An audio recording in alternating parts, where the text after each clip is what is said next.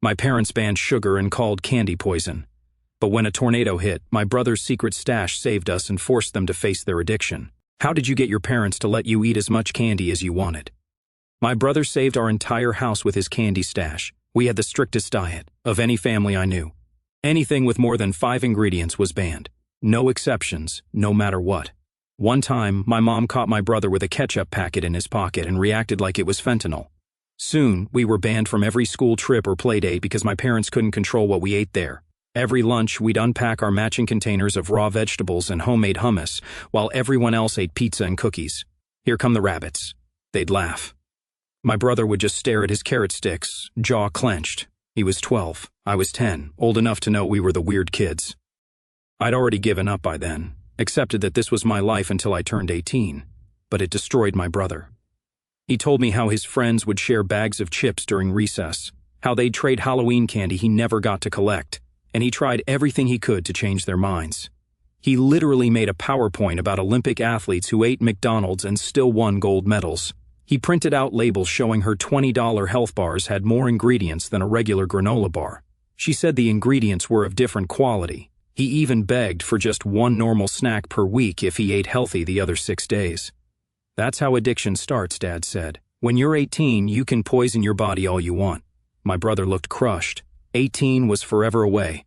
That's when my brother became an expert at fountain diving. He'd pretend to tie his shoe, scan for adults, then grab handfuls of coins from the fountain in seconds. He learned which parks had the most coins and which times people made wishes. He knew exactly which gas station clerks wouldn't ask questions about a kid buying jerky with wet quarters. He made me promise never to tell. In exchange, he'd share his stash with me, Doritos that tasted like freedom. It was our secret rebellion, and our parents never suspected a thing. So, while they bragged to their friends about how healthy we were, or how we never even asked for junk food anymore, we'd be sitting on the bathroom floor, nibbling a Snickers bar in tiny bites to make it last. Then came that Tuesday in May. I remember because we were eating dinner, steamed broccoli and quinoa again, when Dad's phone buzzed with an emergency alert. Tornado warning. Take shelter immediately. The sky outside had turned this sick yellow-green color, like a bruise. The siren started wailing, that horrible up and down sound that makes your stomach drop. Dad jumped up. Storm shelter in the basement now. Mom ran to the fridge, grabbing her glass containers of cut vegetables and her precious kombucha. We might be down there for hours, she said. Thunder cracked so loud our house shook. The basement was dark. We huddled in the corner while the storm raged above us. It sounded like our house was being torn apart. Mom tried to stay calm. Good thing I grabbed our vegetables. We have plenty of fresh food. My brother caught my eye in the darkness. We both knew those vegetables wouldn't last 3 hours in this heat, let alone 3 days. The tornado passed right over us. It sounded like a train was driving through our living room. Mom was praying. Dad held us tight. I thought we were going to die. Hours passed. The heat in that basement was suffocating. Mom's vegetables were already getting slimy. The yogurt she'd grabbed was basically soup. My stomach was cramping from hunger. That's when my brother finally spoke up. Zip. He unzipped his backpack. Even in the dim light, I could see Mom's face change when she saw what was inside. Processed everything. The forbidden foods, candy bars, chips, crackers, canned ravioli. Where did you get this? Her voice was barely a whisper. I've been saving it, he said, for emergencies. We were trapped in that basement for 20 hours, eating my brother's toxic junk food because it was the only thing that hadn't spoiled. Dad practically cried when he bit into a Snickers bar. I forgot peanut butter could taste this good, he said. Mom ate the beef jerky in silence, tears running down her face. When the rescue crews finally reached us, they said we were lucky. Other families in our neighborhood had run out of food completely. The organic family 3 streets over had to be evacuated after just 10 hours, one firefighter told us. Nothing they had was shelf-stable. Mom hugged my brother for what felt like forever. When she finally pulled back, she was crying harder than I'd ever seen. That's when she told us the real reason my parents banned sugar. She took a shaky breath that made her whole body tremble, her hands going to her stomach like she was going to be sick. The words started spilling out fast, like water breaking through a dam, about how 8 years ago she got into a bad car accident and the doctors put her on painkillers, OxyContin at first, then stronger stuff when that stopped working. Before she knew it, she couldn't get through a day without them. She kept rubbing her arms while she talked, these quick, nervous movements, and explained how sugar made those old cravings come back so strong it scared her. Dad jumped in right then. his hand on Mom's shoulder, explaining how he'd found her passed out in the bathroom when my brother was 4 and I was 2. His voice cracked when he described calling 911, thinking she was dead, and how the paramedics barely got her breathing again. He enforced all those food rules to protect her sobriety, to keep our family from falling apart again. My brother's face changed so fast it was like watching a switch flip. He went from confused to understanding to pure rage in about 3 seconds. He stood up so hard his chair crashed backward against the basement wall. "So, we paid for your recovery with our entire childhood?" The words came out like he'd been holding them back with a dam that just broke.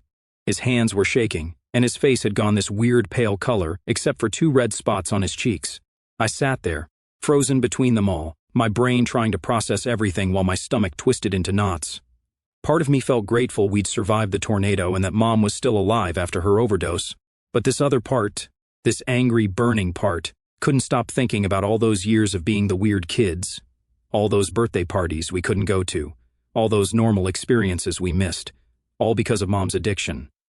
My stomach churned with guilt for feeling mad at her when she'd clearly been struggling with something so serious.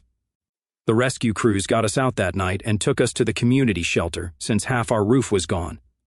The next morning, we stood in the supply line with everyone else from our neighborhood, surrounded by tables full of donated food, Pop-Tarts, instant noodles, canned soup, and boxes of sugary cereal, everything Mom had spent years protecting us from. Her hands started shaking when she saw it all, these little tremors that got worse when other families grabbed armfuls of processed snacks. My brother walked straight to the cereal table and grabbed 3 different kinds, Fruit Loops, Lucky Charms, and Cocoa Puffs, holding them against his chest like treasure. I picked a normal sandwich from the cooler instead of the wilted salad, my first real sandwich with actual lunch meat in years. Mom's mouth opened like she was going to object, but Dad put his hand on her arm and squeezed. We all just stood there in this tense silence while volunteers smiled at us, not knowing they were witnessing our family's biggest standoff. Other families kept moving around us, grabbing supplies and chatting about insurance claims, while we stayed frozen in our weird family drama bubble. In the parking lot afterward, Dad cleared his throat and suggested these could be temporary exceptions until we got back to normal. My brother and I looked at each other because we both knew temporary meant until Mom decided she felt safe enough to ban everything again. That evening, we sat in what was left of our living room, a tarp covering the hole where the window used to be. My brother pulled out his backpack, turned it upside down, and all these wet quarters came tumbling out onto the coffee table, probably $30 worth. "I've been stealing from fountains for 2 years, he said, looking straight at Mom. "That's how desperate you made me." He proposed a deal right there. He'd stop the fountain diving if we could have normal snacks sometimes. Just sometimes, like other kids. Mom's face went white when she saw all those coins, her hand going to her mouth like she might throw up. She shook her head immediately and started talking about how we all needed family therapy to process the trauma properly and understand addiction better. She kept using words like disease and relapse risk and family system while my brother's jaw got tighter and tighter until I thought his teeth might crack. Dad tried to mediate, suggesting maybe we could find a middle ground, but Mom wouldn't budge. She said sugar was her trigger and she couldn't have it in the house, that her sobriety had to come first for all our sakes.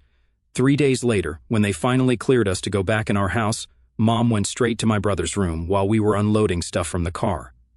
I followed her and watched from the hallway as she pulled out his hidden stash from behind his dresser, from inside his old soccer trophy, from the gap between his mattress and box spring.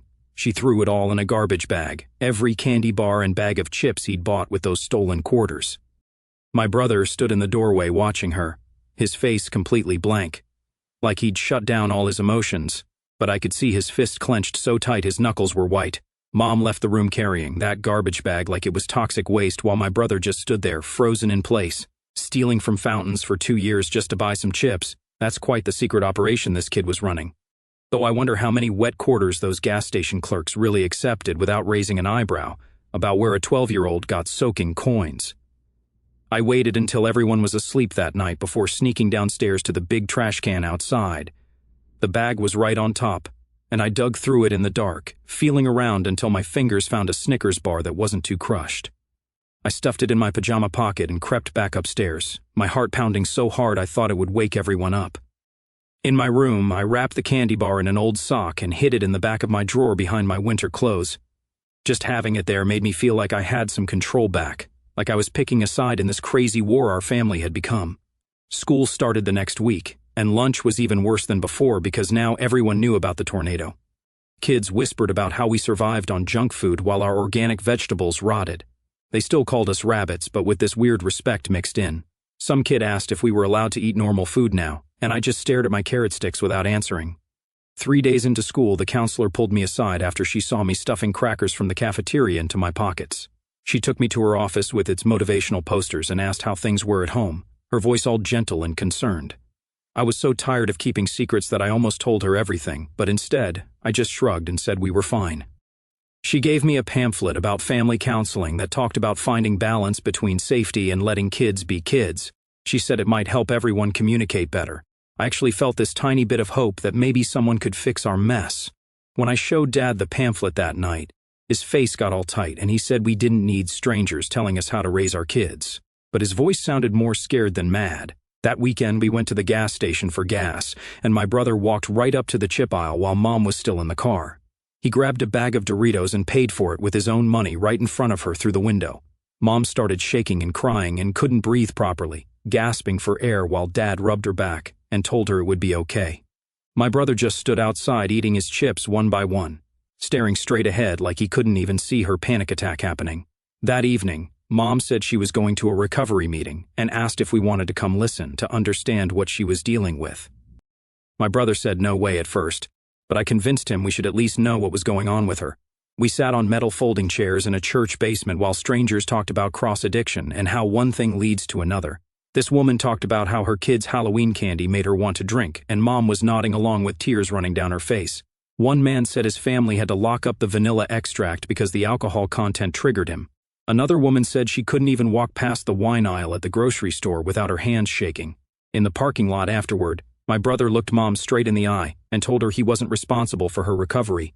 He said he was 12 years old and shouldn't have to manage her problems, and she just stood there crying harder. Later that night, after Mom went to bed, Dad sat at the kitchen table with his head in his hands, looking smaller than I'd ever seen him. He told us he'd been using the food rules to control his anxiety about Mom relapsing and what the neighbors would think if she did. He said every time we ate sugar, he imagined Mom drunk again, and it made him panic, so he just banned everything to feel safe. His voice was shaking when he admitted he didn't know how to protect us and manage her recovery at the same time. He said he was drowning, trying to keep everything perfect so nobody would know how broken we really were. My brother asked him point blank if he even cared that we were miserable. Dad started crying, saying of course I cared, but I was so scared of losing everything again. The next morning, Mom came downstairs and said she'd been thinking all night about what my brother said at the meeting. She pulled out a notebook where she'd written down all her fears about us eating sugar and how each one connected to her drinking. She showed us how she'd convinced herself that controlling our food would keep her sober, like if she could manage our diet, she could manage her addiction. She said she needed to find her own recovery without making it our responsibility, but she didn't know how to start. My brother pulled out his phone and showed her a Reddit thread about kids of addicts and how they felt growing up. Mom read story after story about kids who had to hide normal behaviors and felt guilty for existing, her face getting paler with each one. She kept saying she never meant for this to happen, that she just wanted to protect us from her mistakes. Monday morning changed everything when the phone rang during breakfast, and Mom picked it up with her usual cheerful voice that dropped immediately when she heard who was calling. It was Janice from the support group, and she was telling Mom that security at the park had reported seeing a kid diving into the fountain for coins multiple times over the past few months, and they'd finally gotten a clear photo from the cameras. Mom's hand started shaking as she held the phone, and Dad grabbed it from her to hear what Janice was saying while my brother and I sat frozen at the table, knowing exactly what this was about. The fear in their eyes when they turned to look at my brother wasn't anger but something worse, like they were seeing him for the first time as someone they didn't know. That evening, after a silent dinner, Dad went straight to my brother's room and started searching through everything while we all watched from the doorway. He pulled out the backpack from under the bed and unzipped it slowly, like he was defusing a bomb. Inside were these detailed, hand-drawn maps of every fountain in town, with notes about which ones had the most coins and what times were best for collecting them without getting caught. There were lists of which gas stations didn't check IDs and which vending machines gave the most snacks for the least money. Pages and pages of planning that must have taken months to create, all in my brother's neat handwriting with different, colored pens for different categories. Mom picked up one of the maps and traced her finger over the routes he'd marked from our house to each fountain and back again. Dad found a notebook with dates and amounts showing my brother had been doing this for almost a year, keeping track of every penny he collected and what he spent it on.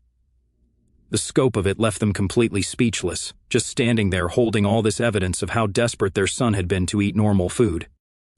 My brother finally broke down, sobbing harder than I'd ever seen him cry before, saying he was just so hungry all the time and so tired of being the weird kid who couldn't eat what everyone else ate. "I wanted to eat lunch without everyone staring," he cried, his whole body shaking as he told them about watching other kids trade snacks and share candy while he sat alone with his vegetables. Even Dad started crying then, which I'd never seen before, as my brother kept talking about how he felt like a prisoner in his own house and how he just wanted to be normal for once. Later that week, we all sat in Janice's office for our first family meeting, and she had this calm way of talking that made everyone relax a little bit. She worked out a trial system with us where we'd have a small snack allowance each week and clear rules about where we could store things so Mom wouldn't have to see them if it was too hard for her. Everyone looked exhausted from all the crying and talking but willing to try, even though Mom kept wringing her hands and picking at her cuticles the whole time. Janice wrote everything down on a big whiteboard so we could all see the new rules clearly. Mom took a picture of it with her phone, like she needed proof this was really happening. Our first grocery trip with the new rules was absolute torture. Mom gripped the cart handle so tight her knuckles turned white while my brother and I carefully picked out granola bars and pretzels from the snack aisle. Other shoppers kept staring as Mom did these loud breathing exercises right there in the cereal aisle, counting to 10 over and over while we tried to act like this was totally normal. My brother grabbed a box of crackers, and Mom flinched like he'd pulled out a weapon, but she didn't say anything, just kept doing her breathing.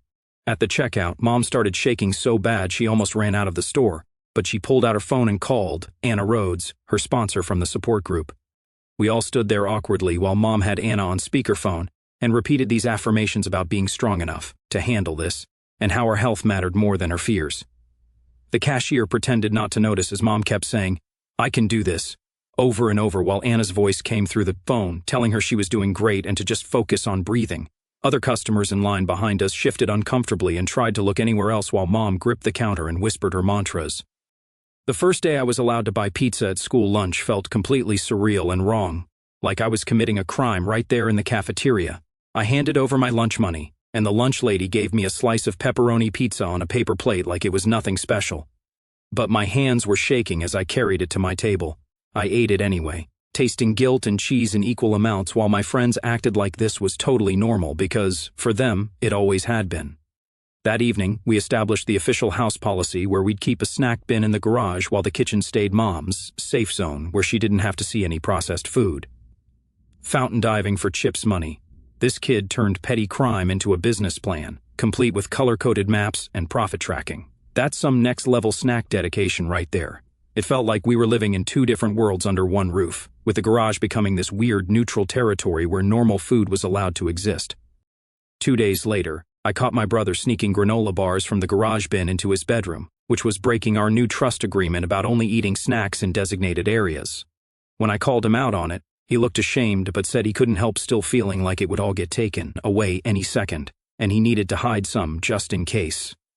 My brother slowly walked back to the garage and put the snacks back in the bin while I followed behind him, feeling weird about being the one enforcing rules for once. We both stood there for a minute in silence, looking at this plastic bin full of normal snacks that had caused so much drama in our family. This new normal, where we were accountability partners instead of secret conspirators, felt lonely and strange, like we'd lost something special between us, even though things were supposedly getting better. The next week, Mom got a call from the PTA president asking if she'd speak at their emergency preparedness meeting since everyone heard how we survived the tornado. Mom's hand shook as she held the phone, and I watched her face go pale when the president mentioned how our story could help other families. She made up some excuse about work conflicts, but I knew the real reason was she couldn't stand up there and tell everyone their kids needed candy bars and beef jerky when she'd spent years preaching about toxic processed foods. After she hung up, she went straight to her room and didn't come out for dinner. 2 nights later, Dad came home with a plastic bag from the grocery store and pulled out a half-gallon of mint chocolate chip ice cream like it was no big deal. He grabbed spoons from the drawer and started scooping it into bowls while Mom stood frozen in the doorway, watching him. She didn't say anything at first, but her whole body started shaking, and then she just turned and ran to their bedroom. We heard the lock click and then muffled crying through the door while Dad stood there holding the ice cream scoop, looking lost. My brother pushed his bowl away and left without eating any of it. The ice cream sat on the counter, melting, while Dad knocked on the bedroom door trying to get Mom to come out, but she wouldn't answer him. My brother didn't come home until after 10 that night. When Dad asked where he'd been, he just shrugged and went to his room. The next afternoon, I found him sitting by the fountain at the park downtown, except there was no water in it anymore. They drained all the fountains after the tornado for maintenance. He was just sitting on the edge, staring at the empty concrete basin where coins used to pile up. I sat next to him for a while, and neither of us said anything, but I could see his jaw working the way it did when he was really mad about something. He finally got up and walked to 3 other fountains around town, and they were all empty too. At the last one, he kicked the edge hard enough that I heard his toe crack against the concrete, and he limped all the way to the gas station on 5th Street. He pulled out a handful of wet quarters from his pocket that he must have been saving from before, and tried to buy a package of beef jerky, but the clerk shook his head and pointed to a new sign that said they couldn't accept damaged or waterlogged coins anymore. My brother's shoulders dropped, and he stood there for a minute before walking to the payphone outside. He called me, and his voice sounded small and broken when he asked if I could come get him. I told our parents I needed to return a library book that was overdue, and grabbed Mom's car keys before they could ask questions. The whole drive to pick him up, my stomach felt tight because I'd never lied to them like that before. He got in the car without saying anything, and we drove home in complete silence while I kept thinking about how I was becoming someone who lied now, and how that was just another secret added to our growing pile. The next morning at breakfast, Dad was checking something on his phone, and his face went dark.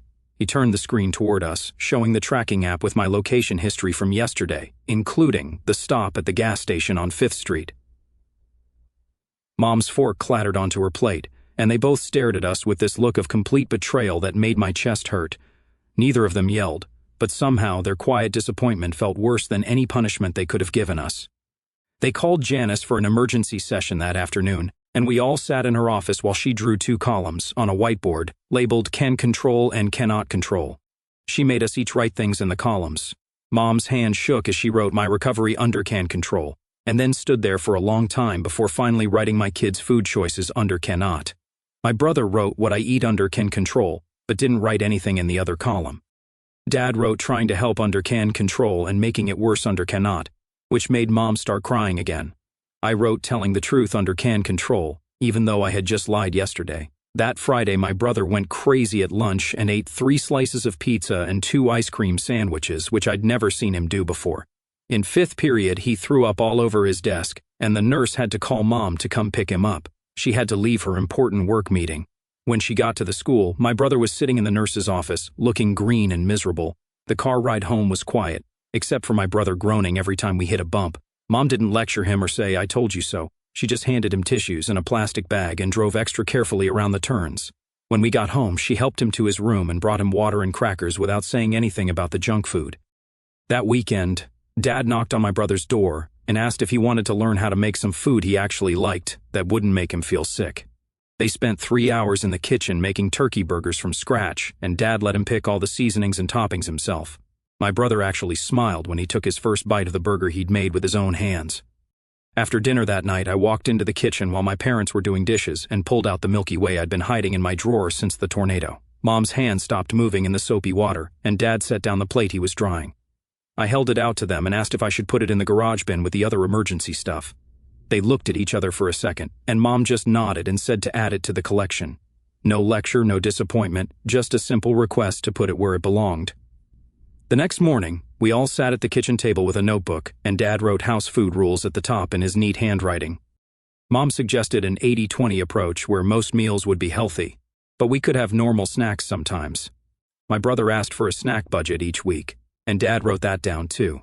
We agreed on keeping the garage bin stocked for emergencies, and Mom taped her meeting schedule to the fridge so we'd know when she needed extra support.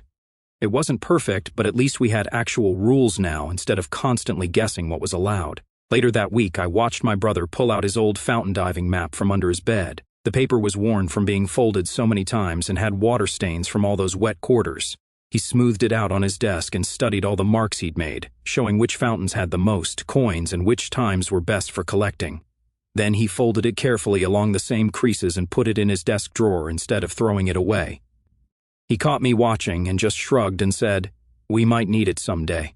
3 weeks later, Mom came home from work looking shaky and pale. She went straight to her room, and I heard her on the phone with Anna for almost an hour. Dad made dinner that night, just simple pasta with tomato sauce, and we ate quietly while Mom pushed food around her plate. Later, Dad told us someone had brought donuts to Mom's office party, and she'd had to step outside and call her sponsor to get through it. She'd stayed sober, but it had been really hard for her. 2 months after the tornado, I was sitting in my room doing homework when I realized how different everything felt. We weren't sneaking food anymore, but we also weren't totally free either.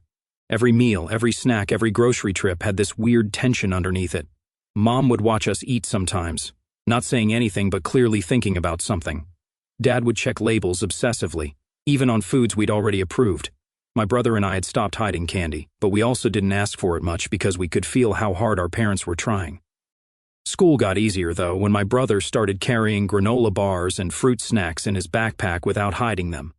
Kids stopped calling us rabbits as much when they saw us eating normal snacks at lunch. We weren't the complete weirdos anymore, just the kids with the health-conscious parents. Normal felt different now, but at least we could fit in with other kids without them making fun of our carrot sticks. Mom started going to a special support group on Wednesday nights for parents in recovery. She'd come home with worksheets about boundaries and triggers and healthy family dynamics. One night, she showed us a paper about letting kids make age-appropriate choices, and she actually tried to follow what it said. She stopped checking our backpacks every day and let us pick our own snacks from the approved list without asking permission first. Dad started therapy too, going every Thursday after work to deal with what he called his anxiety about Mom's recovery. What's Mom really running from when she locks herself in that bedroom? The ice cream, or the fact that her whole belief system cracked open like those empty fountains? He stopped doing his nightly backpack checks, though I'd still catch him glancing at our bags sometimes when he thought we weren't looking. The therapist gave him exercises about trust and letting go of control. He'd practice them at dinner, taking deep breaths when Mom got quiet or when we asked for seconds of dessert. Progress looked like him not asking us 20 questions about what we ate at school anymore. Then my brother got invited to a birthday party at the pizza place downtown, and our parents actually let him go alone. Well, not totally alone since other parents would be there, but without them watching his every move. He texted them pictures throughout the party, showing him eating pizza and cake like a normal kid. Mom checked her phone constantly during those 3 hours, but she didn't call him once. Dad kept finding reasons to drive past the pizza place, but he didn't go inside. When my brother got home, they just asked if he had fun instead of grilling him about what he ate. At school, I started talking to this girl, Teresa, whose mom kept coming up in my mom's recovery stories. Turns out Anna, who sponsored my mom, had a daughter my age in my grade. Teresa understood what it was like having a parent in recovery because her mom had been sober for 5 years. We'd eat lunch together, and she'd tell me about how her family had their own weird food rules when her mom first got clean. She said, "It gets easier, but it never gets completely normal." That was actually really helpful to hear from someone who got it. Our counselor suggested we try something she called practice meals, where we'd all eat normal food together in small amounts. The first time, Mom put a fun-sized Snickers on the kitchen table and just stared at it for 20 minutes while we watched. Her hands were shaking, and she kept doing these breathing exercises Anna taught her, but she stayed in her chair the whole time. My brother unwrapped the candy super slowly, like he was defusing a bomb, and Mom's eyes got all watery, but she didn't leave. We each took one tiny bite and chewed it for like a whole minute, and Mom made it through without running to the bathroom to throw up, which was huge. Every week, we'd try something new and harder, like Doritos, or those little chocolate donuts from the gas station. Mom would grip the edge of the table so hard her knuckles went white, but she'd sit there with us while we ate. Sometimes she'd have to get up and walk around the kitchen doing her breathing, but she always came back to the table. My brother started doing his homework at the kitchen table again instead of hiding in his room all the time. His grades went from C's and D's back up to A's and B's because he wasn't spending all his time making maps of which fountains had the most coins. His teacher called Mom to say how much better he was doing and asked what changed, but Mom just said, "We're working through some family stuff." The teacher had no idea my brother used to spend lunch trading fountain quarters for beef jerky behind the gym. We came up with this system where Mom would put a red magnet on the fridge when she was having a hard day with cravings. Those days, we'd take our snacks to our rooms without arguing or trying to eat them in front of her. It actually worked pretty well because Mom felt like she had some control, and we didn't feel like we had to sneak around anymore. Some days there'd be no magnet, and we could eat chips on the couch while watching TV. Other days, the magnet would be up for a whole week. 6 months after the tornado, they had this big neighborhood potluck to celebrate everyone rebuilding their houses. Mom brought her vegetable tray because, of course, she did. But when Mrs. Peterson offered us her famous mac and cheese, Mom didn't freak out. She watched us eat 3 helpings of casserole and 2 pieces of chocolate cake, and only did her breathing exercises twice. Dad ate 4 brownies, and Mom just squeezed his hand instead of lecturing him about processed sugar. Other parents kept saying how lucky we were to have such a calm mom after everything we'd been through with the tornado. One afternoon, my brother and I were sitting on the front porch, sharing a bag of chips right out in the open. Mom was watching from the kitchen window, and I could see her holding her coffee mug with both hands real tight, but she let us sit there eating our chips without coming outside to stop us or give us a lecture about chemicals. My brother offered me the last chip, and I took it, and we just sat there like normal kids for once that night at dinner. Dad mentioned maybe we could take a family vacation next summer to somewhere with real restaurants and ice cream shops. Mom didn't say yes, but she also didn't immediately say no and start listing all the toxic ingredients in restaurant food. We all pretended like that wasn't the biggest deal ever and just kept eating our grilled chicken and vegetables. But later, I saw Dad looking at hotel websites on his laptop, and Mom didn't tell him to close it. Sometimes I still check my sock drawer, even though there's nothing hidden there anymore. I remember that Milky Way I hid, and how I had to pick between telling on my brother or keeping his secret. The drawer is always empty now, but I keep checking anyway, like it reminds me of everything that changed. My brother doesn't hide candy in the air vents anymore, but sometimes I catch him with a bag of chips in his backpack, just in case. Mom still has bad days where she can't even look at a cookie without her hand shaking. I still lie sometimes about where I'm going when really I'm getting ice cream with Teresa. Dad still sneaks candy bars in his car and thinks nobody knows, but we all know.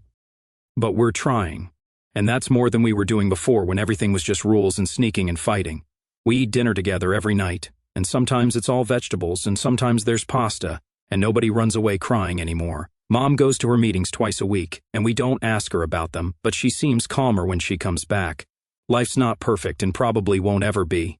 But at least now we're all trying to figure it out together instead of keeping secrets in fountains and sock drawers. All right, that's a wrap, folks. Appreciate you letting me toss a little wit into your reading time. Seriously, you've been an awesome crowd. Catch you in the next one. If you made it to the end, drop a comment. I love reading all your comments.